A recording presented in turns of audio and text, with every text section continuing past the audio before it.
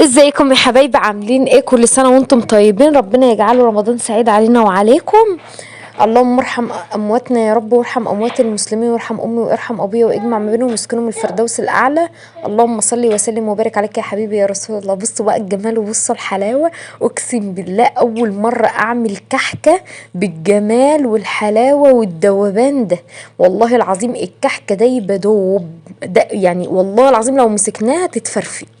ناعمة ناعمة ناعمة ناعمة وجميلة ودايبة بتدوب في البق، والله العظيم. يعني تحسوه غريبة مش كحك.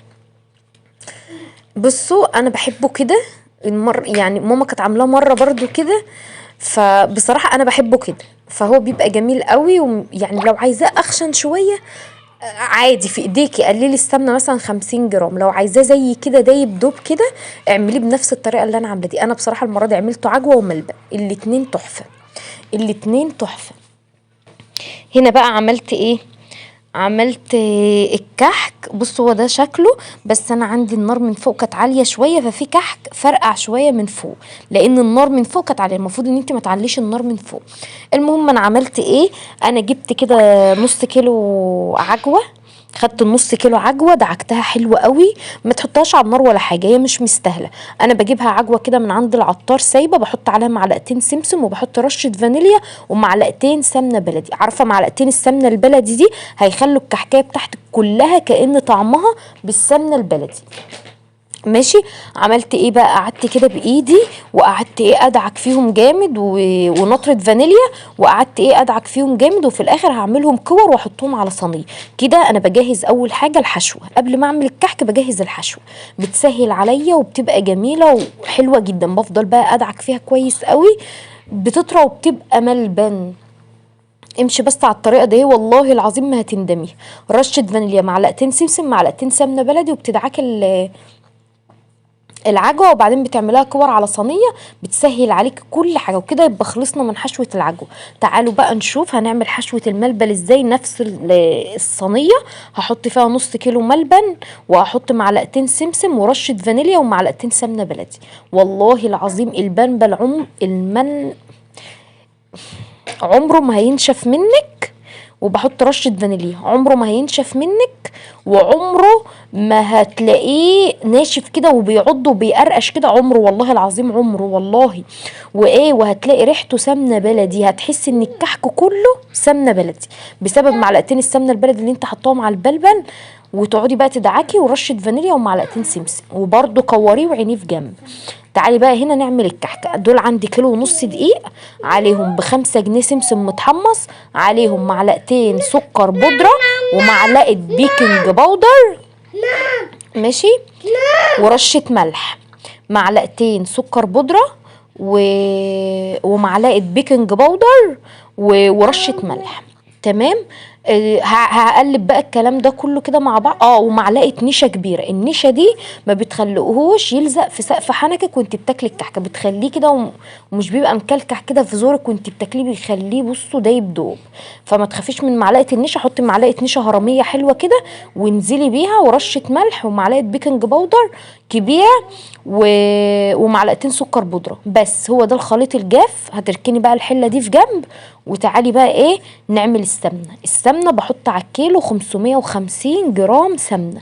انا هحط هنا ده كيلو ونص، هحط 800 جرام. انا حطيت 800 جرام، طلع دايب دوب، دايب دوب. تمام. يعني لو الكحكايه وقعت من ايدك تتفرفت فرافيت. لو انت عايزاها ماسكه نفسها خليها 750.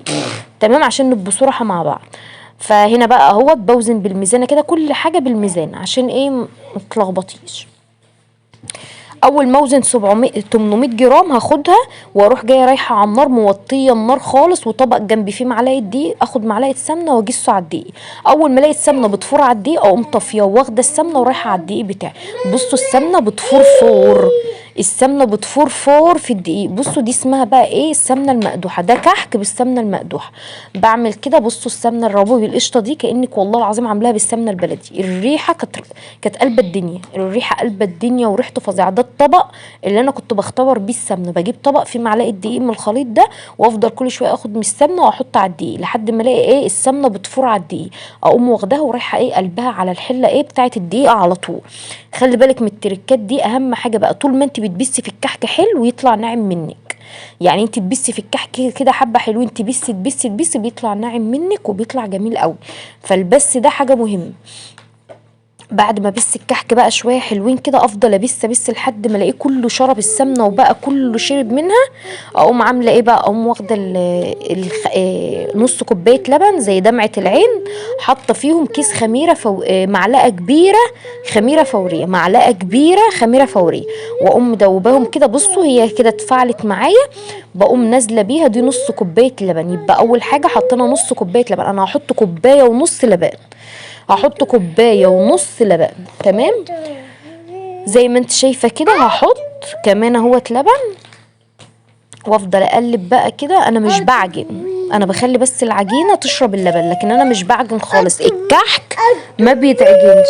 محمد يا جماعه الكحك مش بيتعجن، انا بس ايه؟ بفضل اقلب كده لحد ايه؟ ما يشرب من بعضه.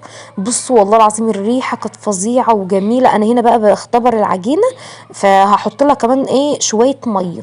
يعني انا لقيتها ايه؟ عايزه كمان شويه ميه. البتاع كده ايه؟ بتشقق سنه كده. قلت لا انا هحط لها كمان ايه؟ شويه ميه. بس هحط بقى شويه ميه والم العجينه وابدا على طول احشي وانقش على طول. يا شيخ يا شيخ، حطيت شويه لبن. بعد شويه اللبن دول هحط كمان شويه ميه. امسك اهوت. هبدا بقى كده ايه؟ بشرب بس، انا مش بعجن، انا بشربها بس. بعد كده بقى هقعد اغطيها بكيس وابدا ايه؟ انخل بقى ايه؟ الاول اغطيها بكيس زي ما انتم شايفين كده، وامسك بقى المنقاش. اللي بالملبن هعمله بالمنقاش، واللي بالعجوه هعمله بالبصام. تعالوا بقى نشوف. بصوا انقشي بقى زي ما انت عايزه. انا كنت بمسك المنقش، الرسمه اللي ايدي بتوديني عليها كنت بعملها واقوم ايه؟ حطها جنبي كده فرشه مشمع، وقاعده في الارض. حاطه حاجتي كلها جنبي وفرشه ملايه، وقاعده في الارض بقى حاطه المشمع. كل ما انقش احط على المشمع. وبعد ما خلصتهم كلهم قمت جايه قايمه مسويه بقى كله. يعني انا قعدت عملت الكميه كلها وقمت سويت على طول. ما بسيبهاش تخمر، ما بسيبوش يخمر. انا بقعد انقش وابصم. عملت الاول كله بالملبن، والحبه اللي فضلوا عملت